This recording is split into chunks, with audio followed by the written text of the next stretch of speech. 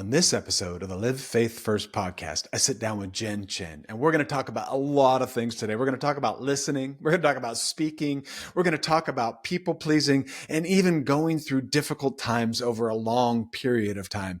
So sit down and enjoy this episode of the Live Faith First podcast.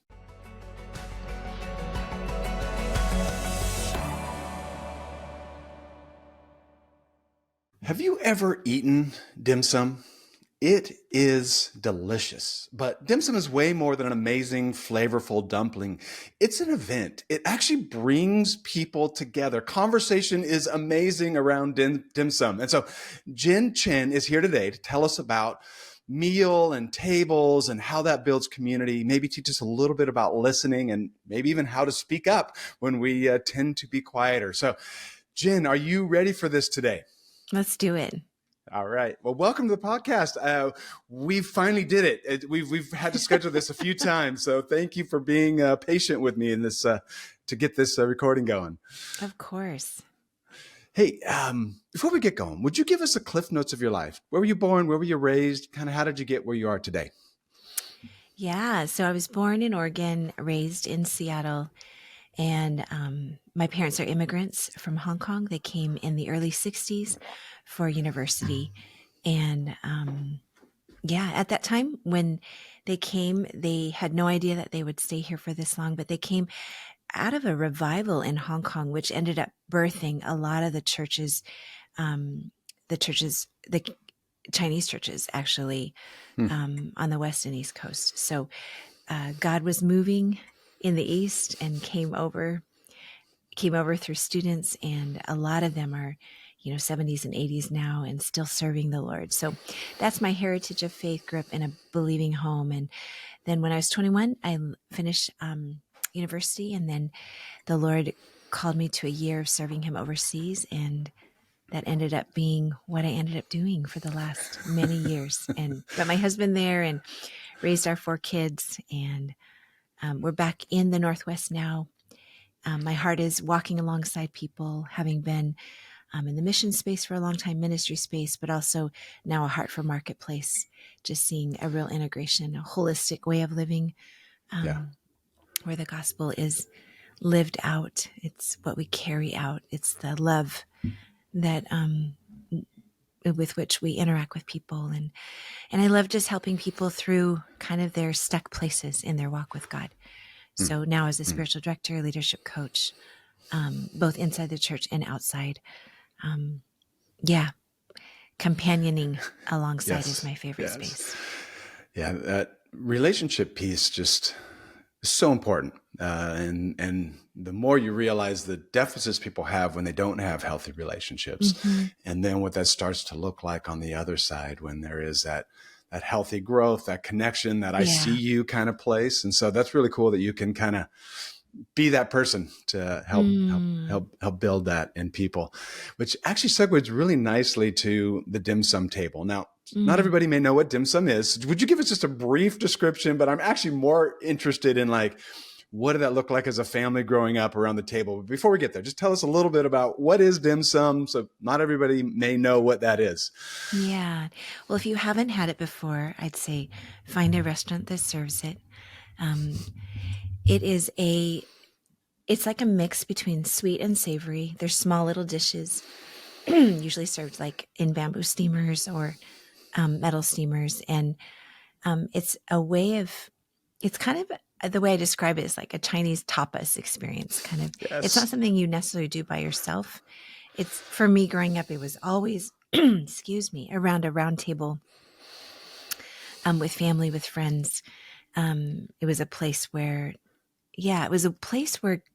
life happened. It's a place where connection happened. And it happened to be the best food ever. Yes. So for a kid, it's like you get to have something sweet before you have something salty. And because parents are so busy, as a kid, because parents were so busy talking with friends, you just grab things off the carts that are coming your way. Yeah. And it's an intergenerational space. Yeah. Super fun. And I was introduced to it when I was in my 20s, and I was in sales and supporting a distributor, and the president of the distributor was Taiwanese. And so he and the team and I, we would maybe not weekly, but at least bi-weekly go get dim sum. And it was amazing. Not just the business that got done, but the friendship and the connection that took place there and at the golf course too, but especially around dim sum. And anyway, so amazing food. If you haven't tried it, go try it. We will guarantee you will enjoy the food, but take people with you. Like you say, it's a community thing. So tell us just a little bit about how that meal table was an important part of your childhood. What did that look like as you were growing up, sitting with adults, and kind of those interactions there? Or maybe you had to be quiet at the table. I don't know what role of children was as you were growing up, but what did that table look like growing up? The table was big. The table included not just immediate family, but often friends. It included, as my parents were reaching out to international students in our city, it often included international students from around the world at our table who would just stop by. They knew when dinner was going to be and took the bus over. They knew my mom just always grabbed a stool, a chair. There was always room at the table. So for me, that the table was never meant to be an exclusive place. And I think we just had every meal together. I mean, when we weren't at school, breakfast was at the table and dinner was at the table. And my parents made every effort to keep that. And so I thought that's actually what every family did. I thought that's what, I think conversations, I think when you have elders around the table, perhaps it wasn't always a place where I always talked, but I always listened. And I honed my Cantonese was honed in around the table, at least my eavesdropping skills. And then later in Mandarin, I learned, I think I wrote that my parents switched their secret language to Mandarin, and I learned that as well. So you're just observing. I think that was the place where it wasn't just a language learning place, but it was a way of learning culture. It was a way of hearing about faith. It's a way of learning about how relationships are done or not done. And the table has always been a metaphor for me growing up. And then it has been the centerpiece of my own family with my husband and my kids and the people that sat around it. Yeah, I love that. Well, I love the fact that it was intergenerational, but also it was a drop-in meal. Like people just knew, like, hey, just come on by anytime you want. There will be enough food. There will be. And we'll toast some bread. It'll be fine. Exactly. Yeah, my wife is big on making sure there's enough food. So we had kids over, some grandkids over. Our daughter came home from college this weekend and had a friend with her from school. And when they all left Sunday, afternoon or after dinner, there was just a warmth in like our heart. Just my wife and I, just like, it was so great to have the kids over. And our family's great because they come and they eat and then they take off again. Like, we don't need to hang out all day. That's okay. You can just go home. You're tired. It's Sunday evening, So, but even just that flexibility of, coming together and just being together. Such a gift. It is. It really is. And so we look forward, even though it'll probably be Thanksgiving is the next time that happens. We're already looking forward to, the next time we can all get together. That's so sweet. I'd like to kind of change a little bit here, but you grew up as a first generation born in the U.S. Would you tell us a little bit about maybe some of the tugs or struggles you experienced between school and friend groups and your home and family life, and kind of what that looked like, that experience, growing up in the home that you did? I grew up in a time where people were similar age. So the way that they described America was like, we're a melting pot. And I remember thinking, well, if we're a melting pot, then wouldn't we end up the same color? Because so we don't all become the same thing. Yeah. In fact, the kingdom of God is not where we're all in heaven looking the same. That I will be an Asian woman. I will be an Asian woman in heaven. And I think it was well into my probably 30s, probably 40s, where I began to realize, like, I better learn to like love who God has made me to be. It's probably early. It began in the exploration in my 20s of just like, why have I so cut off this part of me? And I think it's just because there were few that had gone ahead and were showing the way of what it looks like to bridge cultures. What does it look like to grow up in an immigrant family and to hold both? But you have home culture, which values family. It values the elders. It values respect. It values, honor. It values the collective. It's not just what I want to do.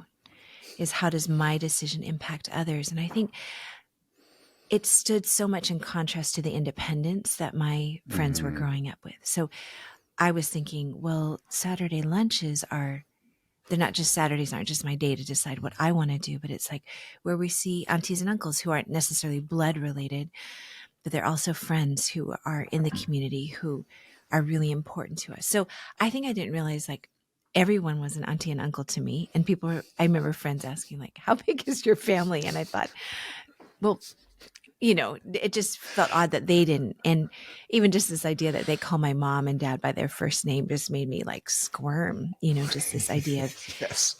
we're not even from the South where we might add our Mrs. like, here up in the Northwest. So I think I was just conscious, like we're so different. And is it okay? So you're the only one that looks like me at school. And people ask you crazy things, and you're made fun of for things. And I remember coming home. Home was a safe place, and I was really grateful.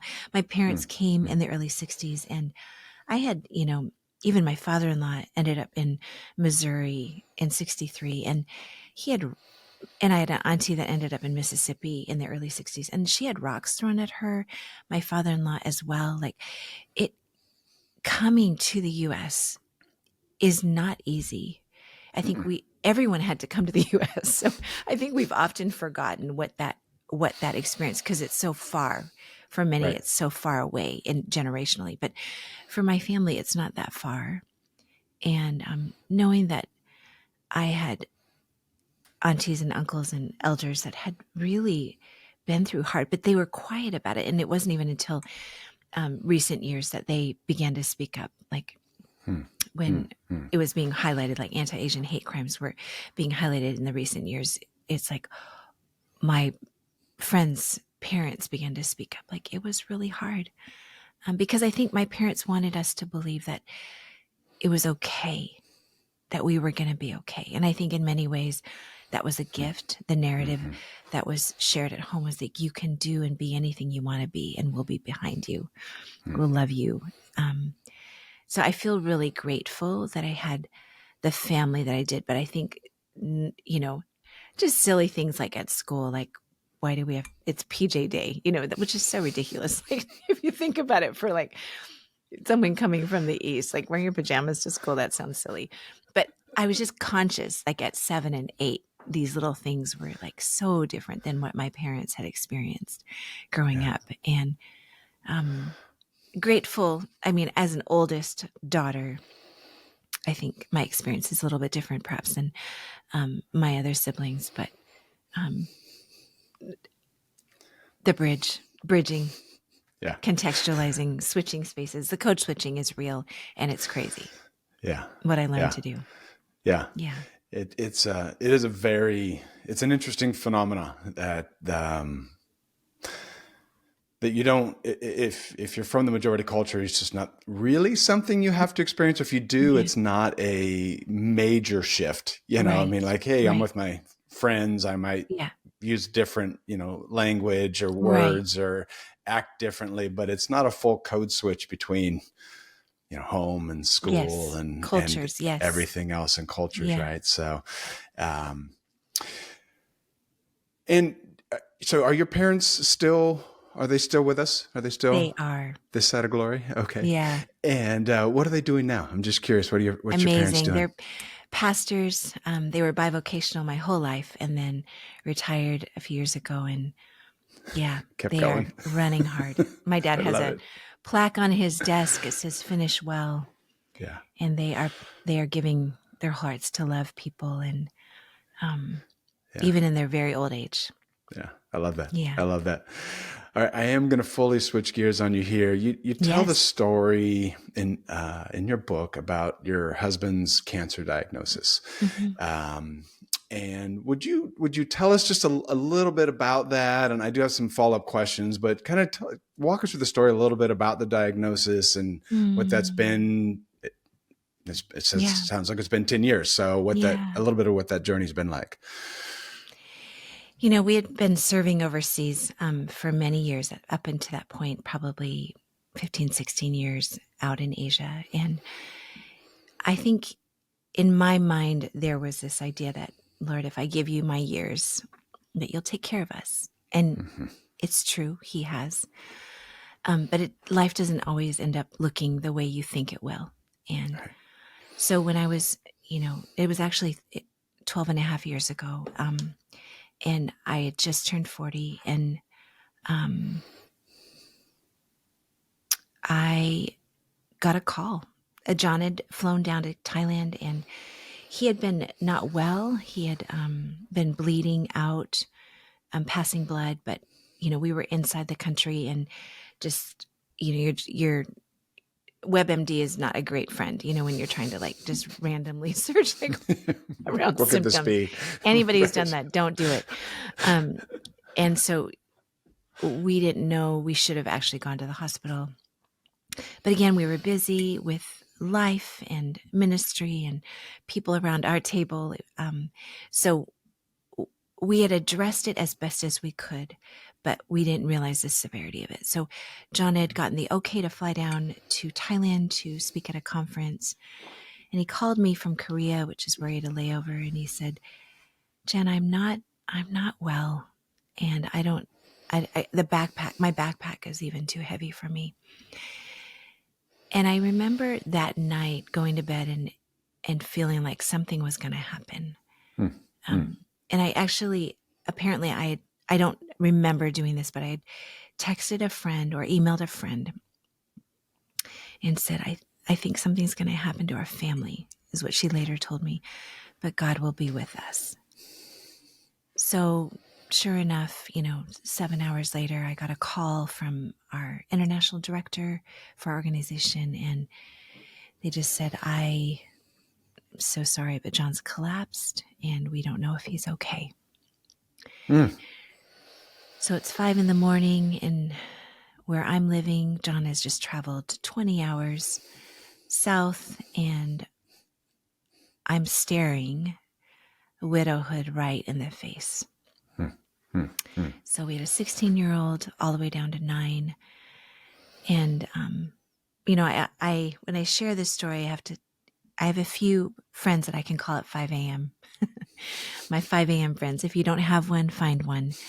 And it was like God just moved his people, and friends came right away. A family, very dear friends of ours, moved in to our little apartment, and just said, you go down and be with John. And again, we didn't know what it was. So he had passed blood. We thought there was, you're not thinking, I'm not a worst case. Well, I should say I wasn't a worst case scenario person. We had been through a lot of crises, and I think my capacity to hold had just been increasing over the years. We had faced, death on our team and crisis of every form for families, tsunamis, earthquakes. We had been there, done it, and walked with people. So it was like God had just been increasing like this greater, robust theology around suffering and our capacity to hold the questions in the heart. But nothing prepares you for a moment like this where I flew down. I was able to get a flight out. I called a friend of mine in a nearby city, and he was able to get a flight out for me. And in fact, one really cool story is that I had called him at 5:30 in the morning, a Saturday morning, and I had said, hey, I need a ticket to go to Thailand to be with John. And he goes, I know. He said, I know. All night long I'd been thinking Jenn needs to go to Thailand. Now, we're not besties, and we hardly talk. He's a travel agent who loves Jesus. He said, I looked for a text, I looked for an email and couldn't find it. So when I called him at 5:30 in the morning, it was like he was expecting me. And it was like God was just saying, Jenn, I see you. I see you both, and I'm not leaving you alone. And got down to Thailand, got down to Chiang Mai, and eventually to the hospital. And you're just, friend picked me up, and she was like, it's cancer, but it's going to be okay. And I was like, I'm so sorry. Like, I don't actually know what you're talking about. Like, I can't compute. These words are not supposed to be for me, our reality. And, you know, it was God's gentle airlift. You know, when you medevac someone from a country, it's a lot of work to contact insurance and get a plane to medically evacuate. We've had to walk people through medical evacuations. God just quietly took John to Thailand on a big plane with lots of people, and got a doctor, an Indian doctor, Thai Indian doctor, who does these surgeries like maybe a few a year. Now they tell you it's rare, and that sounds nice until you get it, and then it's not rare. And so I don't like that word. And it's been this journey of, you know, he's on an oral chemo medicine, which we are really grateful for. It's hard on his body. John is well. And if anyone knows my husband that's listening, he's incredible and lives out his identity as beloved son. He loves to introduce himself as John, the disciple whom Jesus loved. And then he says the follow-up is, and he loves you too. But it is tendered our heart, you know, in this place of waiting, in this place of, we're at the oncologist, you know, every 3 months, checking blood. So what I think, we're so uncomfortable with pain. So what people like to know, like, he's alive though, right? And it's like, yes. But it's in remission, right? And it's like, well, not this kind of cancer. And, you know, the journey in the beginning was really like, God, couldn't it have been a different kind where there would be like an end point? And this liminal space that we live in of just trust and faith. I think perhaps the only thing that's been taken from us is the illusion that we had any control over our lives. Wow. And maybe the freedom to just dream, like, you know. Yeah. And just to try, like it ushered us in our 40s into a deep space of holding the questions and wanting to live as we're living, like not live as we're dying, but live as if we're living, and to live with even greater purpose. And I'd say that's the gift that's been given to us. But, you know, as you know, when anybody goes through anything, people have said silly things to me, like, isn't cancer great? Teaches you so much. And I think, no. May you never say that to anyone. Right. Nothing in the suffering category Don't is ever great. repeat that again. No. Yes. Yeah. So how can we learn to be with each other in our suffering and pain? I think we're so uncomfortable with hard. We're uncomfortable with the hard in our own life. And we don't want anybody we love or know. But in that, we can so easily just minimize the journey. And I think that space is probably where most of us live. Yeah. In that place of holding hard. Yeah. I would be interested in talking a little bit about just the things that people say, because it is difficult. But the question I really want to ask you is, there are listeners out there who've had to navigate difficult things over a long stretch of time. And this is one of those for you and your husband and your family. Yeah. What have you learned?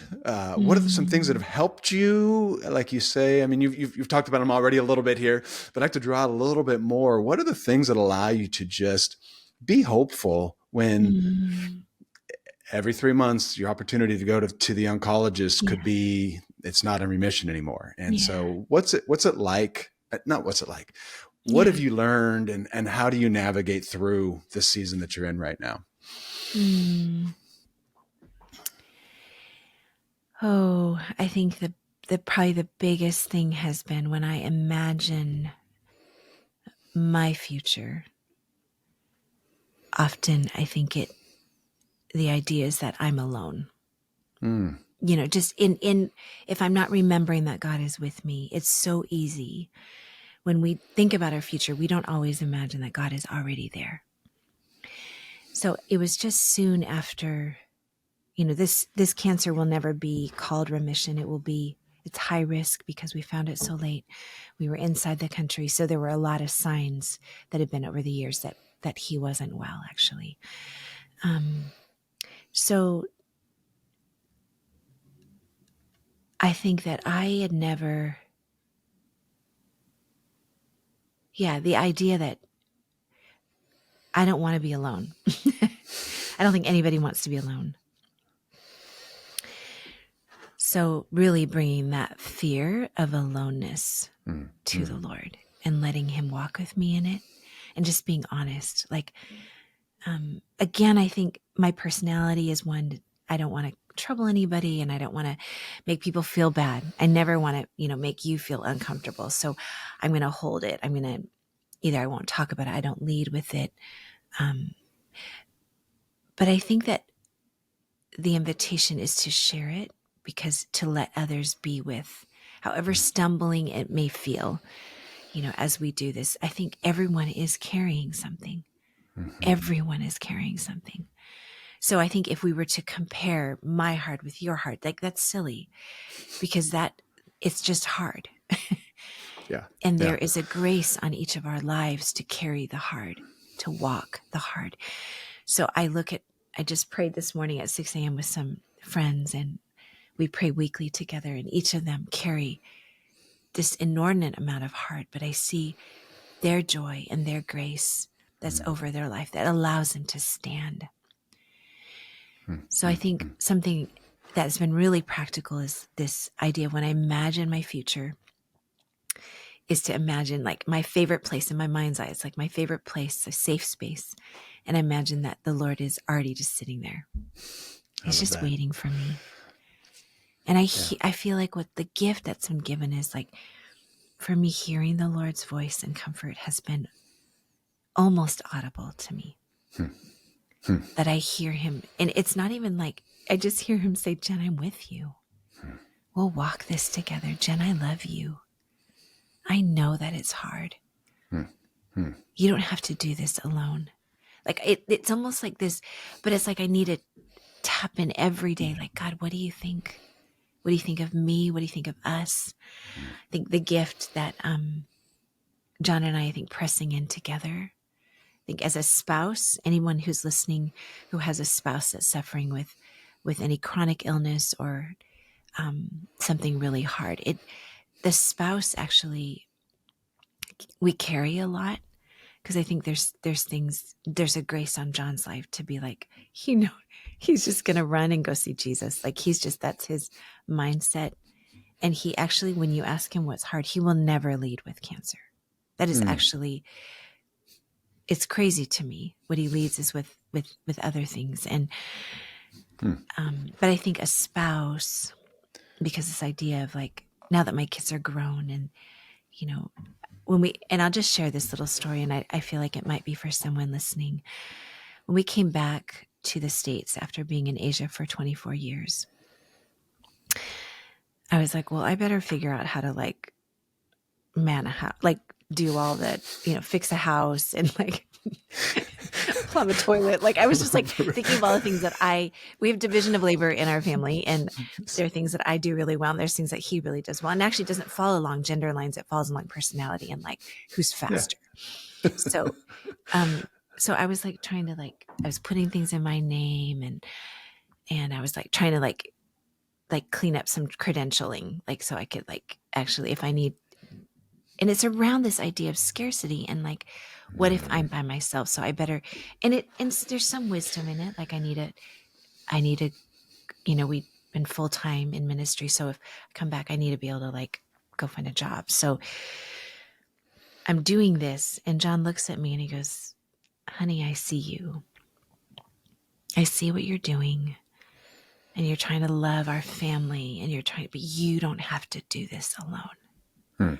And even as I say that this morning, I think, there's these programmed ways of being that go back to childhood. oldest daughter of immigrants, don't want to be too much.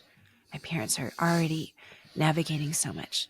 I'm going to be the best I can, big sister to my siblings, and then to anybody else who needs care. And so when I just felt like that moment where he's like, I see you. And I'm still here. You don't have to fix things by yourself. And I think there's these moments are invitations to like lean in, like, wow, I'm still doing that. I still try and, hold things together on my own, and I don't have to. Yeah. God is with me. And, but I think some of us have a tricky relationship with asking for help. Yes. And being needy. Yes. So my wife and I are both first children. So as you're saying all these things, I'm like, yes, this is how you're supposed to live, as opposed to the middle and the youngest child, right? Who kind of just, they're all willy-nilly out there. But my wife and I are terrible at asking for help and help from one another. This is, I mean, she's broken her foot a couple times in the last, I guess 5 years now. And we've gotten into arguments both times because first day after getting, cast in crutches, she's hobbling around the house trying to do something, which I literally, I'm frustrated because I'm like, I actually want to help you. Like I desire to help you. It is not a bother for me to help you. Like I can drive you to appointments. It's no I can get your coffee for you, whatever it is. And yet, again, we just have that piece in us of that. If you're that self-sufficient type, if that's just kind of who you are and you go about it and you don't maybe ask questions, but only if they're for learning, not to indicate that you're incapable of something. And asking for help is just, like, oh, I will, but it's kind of painful. It is. I love that you tell the story though around your husband, just saying, look, we're still in this together. Like you don't have to carry all this. And for those of you out there who are you carry it all people. I love what Jenn said, that God sees you, but you probably have other people in your life who see you as well and would be happy, joyful to come alongside and support you. I think there's a contrast between the word dependent. We don't want to be, codependent is definitely, no one wants to be codependent. And so we swing in this, like, okay, I need to figure it out on my own. But we're called to live interdependent. Like in the body of Christ, like as God's people, like we're called to interdependence, which means I'm not tallying up how much I help you. And you're not doing that for me. It's a gift and a privilege to walk with each other. But we just don't, our cultures tell us otherwise. They inform us on how we are to be with each other. And I think, what does it look like for a kingdom culture to emerge where we, live in this way? I love that. Well, thank you so much for sharing the story and your journey there. I can't imagine it's ever an easy thing to talk about, but I know it will be, that'll be impactful. So thank you for sharing that. I appreciate it. I want to talk a little bit about slowing down. Talk to us about how God has shown up for you in those silent places and how, being present with God, how that kind of works out, and with whatever story you want to add to it. But tell us a little bit about silence, slowing down, being with God in those moments. When my husband and I got married 30 years ago, we did the Myers-Briggs, and I'm an extrovert off the chart. And my husband isn't. It's funny how you end up with someone so different than you. And so this idea of being alone, I've already alluded to that. To be by myself isn't like my favorite thing to do. So it's something that I've had to learn. And I think the rephrasing has been learning to be with myself. So when I phrase it that way, it feels, maybe it's, no one wants to be alone, but with God, and then to be with myself requires a groundedness that is aware of what are the places where where's the chaos in my own heart that needs settling down. So the slowing down, we had 4 kids. We lived in a tiny apartment on the 6th floor in China, and with no elevator. So everyone would say, of course, life is crazy. We fostered babies. It was mayhem, a circus, right? 3 boys. Like I was like, at times I was like, can I install a climbing gym? Because there's just like nowhere to go. We had a treadmill on the balcony, and when the air was so bad outside, that's where the kids ran. So no one would say it was wrong that I felt crazy. But what I had was a friend who said, Jen, what would it look like to begin just like building in quiet, reflective moments throughout your day and throughout your week? And so when the kids were quite young, he would take a few hours on a day, and then I would take a few hours on a day, and we just switched off. And I would just go to a little closet area in our apartment, and that was my time to slow down. Now, slowing down at that point meant like the first nap in like 12 years, that kind of thing. But then it started like, journal time. So a lot of times my journal writing in the morning was like the date and like Jesus, comma, and then it was done. Like there wasn't even like, I didn't even get like any further because a kiddo, got up, heard me sneak out of my room, and somehow the kids knew when mom's up. Yes. So, but I didn't even like, my journals through the years are quite comical because I don't even like fix the date. Like I just start the next day like that, like 11/22, 2002, like, Lord, comma, I, comma, but it was like that. You just keep trying. You just keep carving out. So it's that slowing down. And early, I started the practice of like the office, the daily office prayers. Mm-hmm. So it's just like morning, like 7 a.m. and then 10 a.m. and noon and 4. And before there were phones where you could just easily set an alarm, I just would set my little, wake up alarm to those times. So those became markers in my day where then I didn't even actually need the clock to remind me. It was just like a breath prayer. Jesus, I need you. Or just sit down to read a verse. I homeschooled, so there was little like, where does my day begin and end? It was just like all a little bit of a blur. So, and then we had neighbors stopping by, and you have to forage for food somehow and feed these little people that eat all the time. And so the slowing down was so essential, because that is, if I am not a slowed down mom, what I present to my kids is impatience, and it's frustration, and it's what slips out the side of my mouth is hurtful. So slowing down was like cultivating space inside, which then allowed me, I think it's helped over the years to just then be with people. I think I'm not as hurried as I used to be, in the sense of when I'm with people. I mean, I still am probably a tornado, Yes. Probably, I'm with your wife. I broke my toe 12 weeks ago and it still hurts. And my kids have little sympathy for me because they're like, Mom, you knew what to do. But it's like, who has time for this? And apparently you need all 5 toes. Amazing, right? Anyways, that's another story.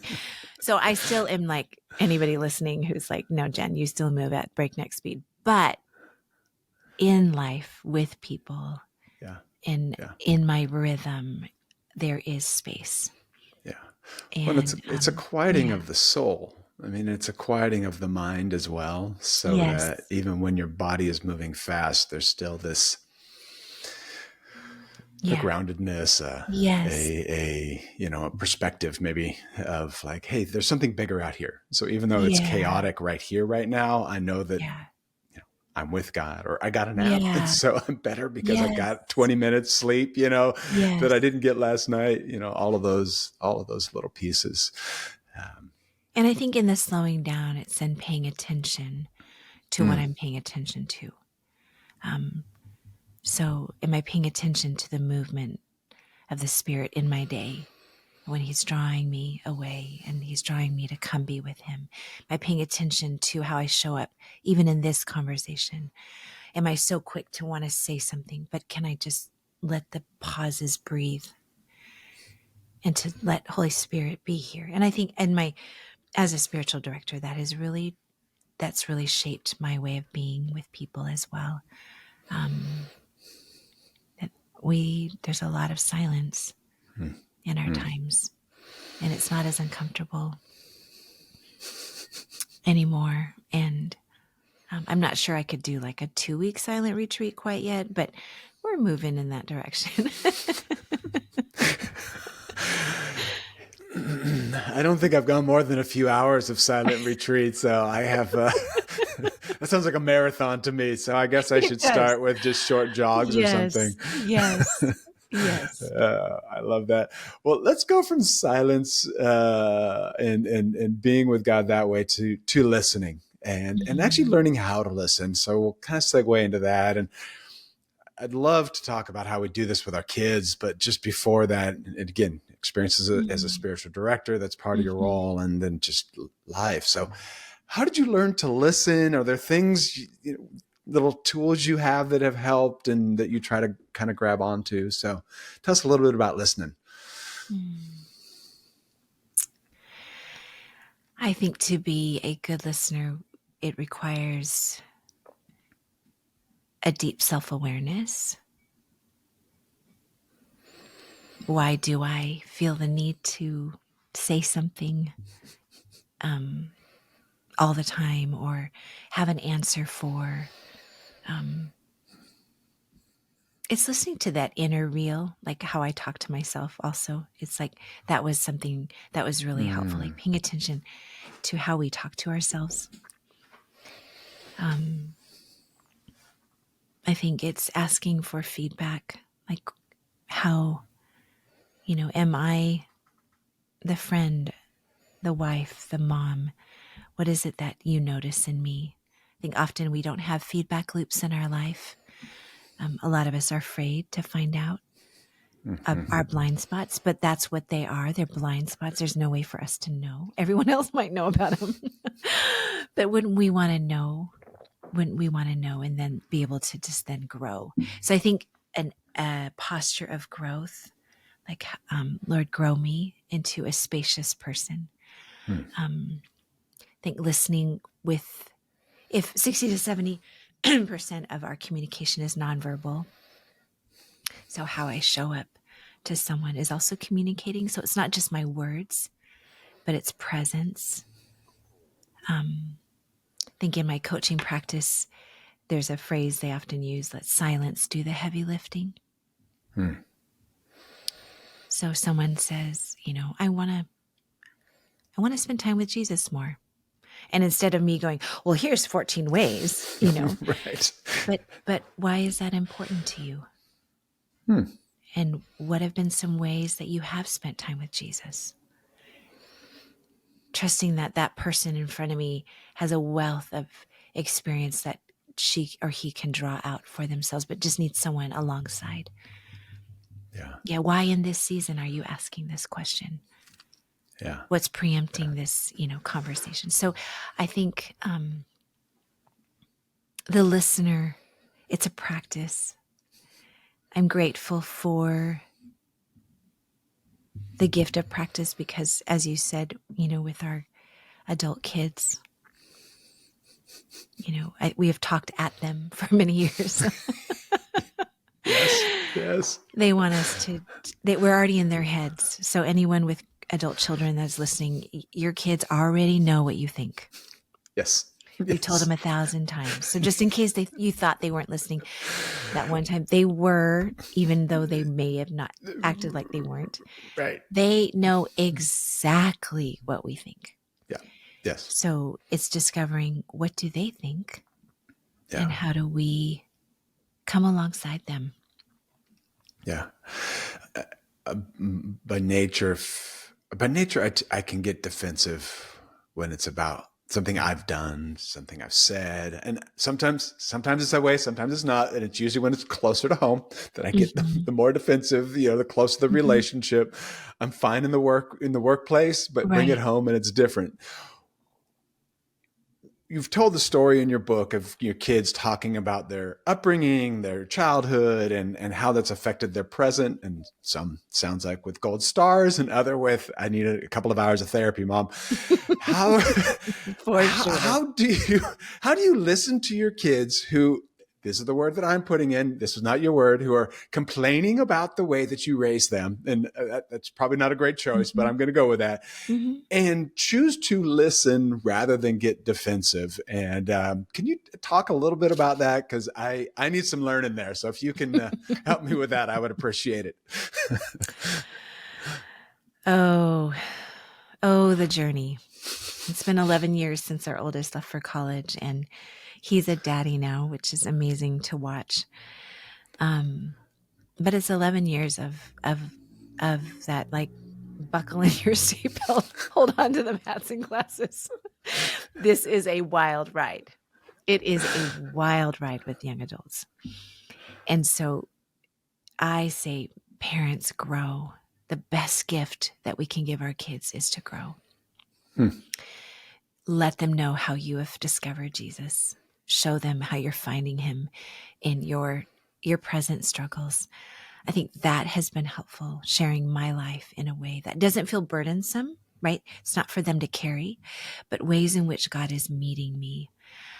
I think when my kids say, and I don't ever want to write a book on parenting, but someone said there's some stealth parenting stuff in the book.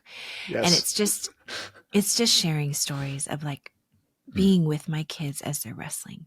So it sounds like, I'm the center of their issues, which, you know what, hands down, it's not a secret. They spent so much time with me, and naturally. Yes. But it's hard because I was their youth group leader. I was their math teacher. I was their counselor. I was everything. And then you're telling me I still failed. And if I pause long enough, I can say, you're right, honey. I did. Yeah. To the question, you didn't show me what to do with big emotions, was a recent conversation the last couple of years. And it's like, you're right. Because I wasn't really comfortable with my own. I told you to go find your happy heart. And that was really telling Mom to go find her happy heart. But I actually, sometimes that isn't the issue. Sometimes there's a lot of grief, and there's a lot to be sad about. Yeah. Recently I was on a conversation with one of my kids, and they're all in therapy. And I'm so grateful. Like, one of my kids said to me, "Oh, I'm back with my therapist. I'm so thankful." And I thought, 5 years ago I might have been offended. Now I'm just so grateful you have someone to talk to. Yes, likewise. But I'd be remiss if I didn't say, I wish I gave them a better version of me. And yet life happens, and we give them what we have with what we have, and then we keep growing. Yeah.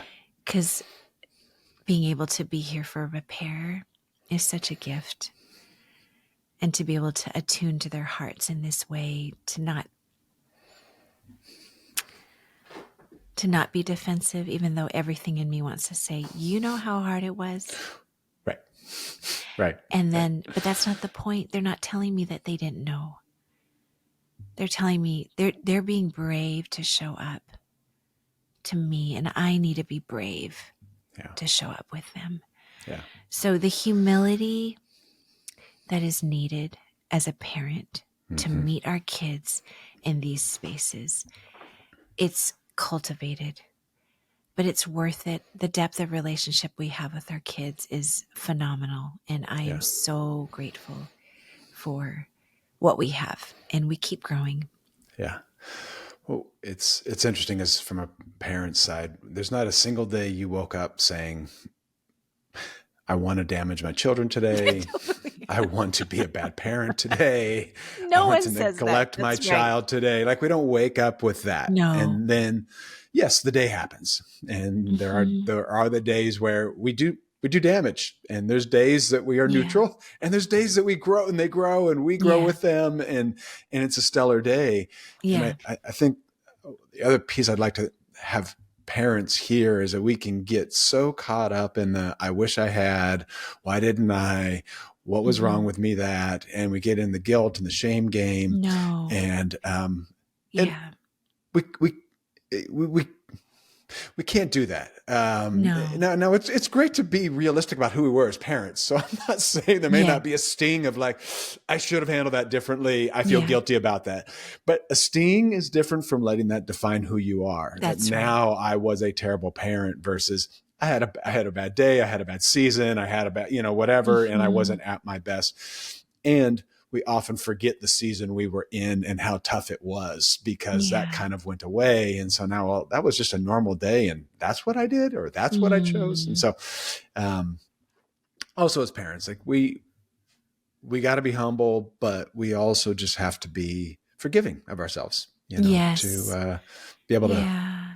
Yeah. Compassion is, yeah. And I think that awareness of like, what was I worried when I responded in that way to my kids? I was worried about a lot of other things.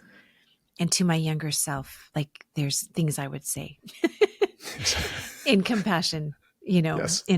with compassion. So I think now, as I'm walking alongside a lot of young adults in marriage and in their early parenting, I think I don't know that I had a lot of places to just say, this is really hard. Because I just felt like I should know better. Mm-hmm. Mm-hmm. And we don't know better. I've never been a parent to, we'd say to our oldest son, like I've never done this before. And yeah. Yeah. So grace. Yes. With ourselves, with our family, and just to maybe close this up, but like not taking it personal when our kids have, we all grew up in a different generation than our kids are growing up in. And so the things that were not a big deal to us might be a big deal to your kids. And the way that your parents treated you, my parents treated me, was fine. That was great for that generation. But that's also different now. And so again, just realizing we can reinvent things. We can move forward with things. And just because it didn't bother you when it happened to you as a kid doesn't mean it doesn't bother your child when they went through it, and bother them differently, affect them differently than it affected you. And that's okay. They're again, different generations, different humans, different personalities, different, all of those pieces. And so, they do not have a great manual for like, this is the one thing where you go out, and there's a lot of books about great parenting. So go grab them, folks, go grab them, be the best parent you can be, but also, you're going to get a few things wrong along the way. So get the therapy savings account started so you can start drawing out. So college fund and the therapy fund, all those are the two that you got to start working on. Super worth it. Yes, we are so happy. Anyway. All right. I got one more little subject and then we'll kind of close up here, but I'd like to talk about the people pleaser versus servant-hearted. And, servant-hearted, that's like, if you're described as that as a Christian, like you're almost sainthood. You got that servant heart. But doesn't that look sometimes like it can be people pleasing, and you're kind of getting that feedback of, oh, I'm a good person because talk to us a little bit about your journey through people pleasing, servant-hearted, and kind of how that's played out in your life. Yeah, I think sorting through the messages that we received really early on about our identity and worth is really important. Like, where did I feel seen? And what was important about like how I showed up in places. So people like it when we serve them. People like it when we help. People like it when we listen. So how do we discern what is ours and what isn't? Mm-hmm. And am I doing it? You know, I say this often, like, to people I journey with, like, we can't ever, like, I don't know that my motives are ever pure, but I can just trust the Lord. Like, I can keep bringing this to the Lord. Like, Lord, would you help me discern? You discern my heart. You know what's going on. When the psalmist says in Psalm 139, search my heart, search me, oh God, and know my heart. And so allowing God to search us, like those old ways of getting value and getting belonging and being seen, they don't have to serve me anymore. So I can show up and I can check in and ask the Lord, like, is this mine?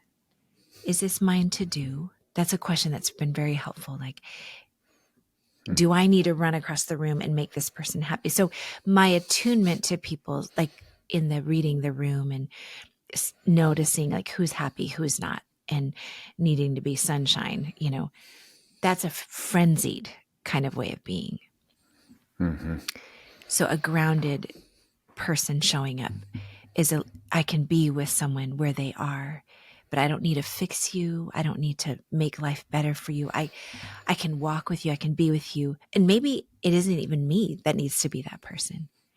Like that discernment piece is really important. And I think that's the difference. Mm-hmm. The people pleasing doesn't lead to fruit. That is, if we think about love, joy, peace, patience, kindness, gentleness, and self-control, someone who's a people pleaser, you will not discern that kind of fruit from them. Mm-hmm. But someone who is servant-hearted, it's often where it's often in retrospect. You're like, wow, that person brings, it's like a heart. It isn't actually in what they do. It's like their being. Mm-hmm. It's what they carry. So that person, and you know, you know that person who is the last, first in, first out person at church. No one notices, Mm-hmm. but they're picking up things that people miss. And they're often maybe just someone that it is just someone who isn't in the center of things. You wouldn't even actually necessarily notice them until you start looking. Mm-hmm. Mm-hmm. The servant-hearted one is the one that doesn't need to be the center. Yeah. Did you know what he or she did? Yeah. And you're just left with that sense of like, oh, that fruit. I feel loved. Mm-hmm. Mm-hmm. And I felt the gentleness of God through that person. Yeah. And so I think that's been a journey for me, asking like, Lord, what is mine to do?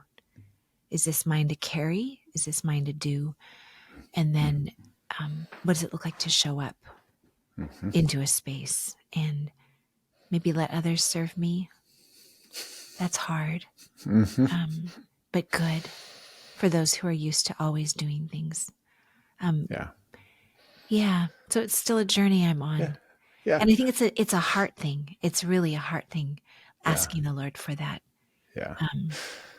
Yeah. That's good. I like the way you break that down. That's very helpful. And I love, I think the fruit piece that you bring up, I think that's such a key component of so many of the things we do as followers. Like, are we seeing that kind of love, joy, peace, patience, kindness, goodness, gentleness, faithfulness, self-control? Are we seeing those things being cultivated in ourselves, being cultivated in others? Right. Because when we're striving, which kind of sounds like the people person thing, it actually becomes about us. Like, I should be the center. I should be the attention. I should get the praise for. Yes. And when we can serve without being that having the sting of they didn't notice, or they didn't thank me, or they didn't thank me right or sufficiently, which I've done 1,000 times. So, but that might be an indicator like, you're leaning towards a people pleasing side. Yeah. Not that we don't all want recognition, or most people, some people don't, but like, sure, we all want to be thanked for helping out. But if we notice that we weren't properly thanked, then, hey, we're moving to the other side of the servant-hearted versus people pleaser. So, all right, Jenn, I got one final question for you here. And that is, what's exciting you right now? What's one thing, maybe it's a Bible verse, something happened in your home, ministry, in the world around you, but what's one thing when you think about it, just puts a smile on your face? Can I say two? Yes, yes. Our new grandbaby is just the love of my life and such a joy. So we don't live in the same state, but we see her almost every day on FaceTime. And Nice. she just brings so much joy. The second thing is, and with it, my kids. But the second thing is the church that we're attending, all young adults, grown. Like we're you have to look hard for people that look like us. And to the word that God isn't working. No, God is working, calling young adults to himself. And it's a Gen Z, early millennial church grown to about 500. And they're hungry for Jesus and they want to grow. And that is, for my husband and I, has been so exciting just to be there alongside for the journey. Yeah, I love that. I love that. Well, Jenn, thank you so much for joining the Faith First podcast. I appreciate it. Go out and get her book, Dim Sum and Faith. It's a super fun journey through so much more than what we've talked about here today. But for all of you out there today, let's all go live faith first.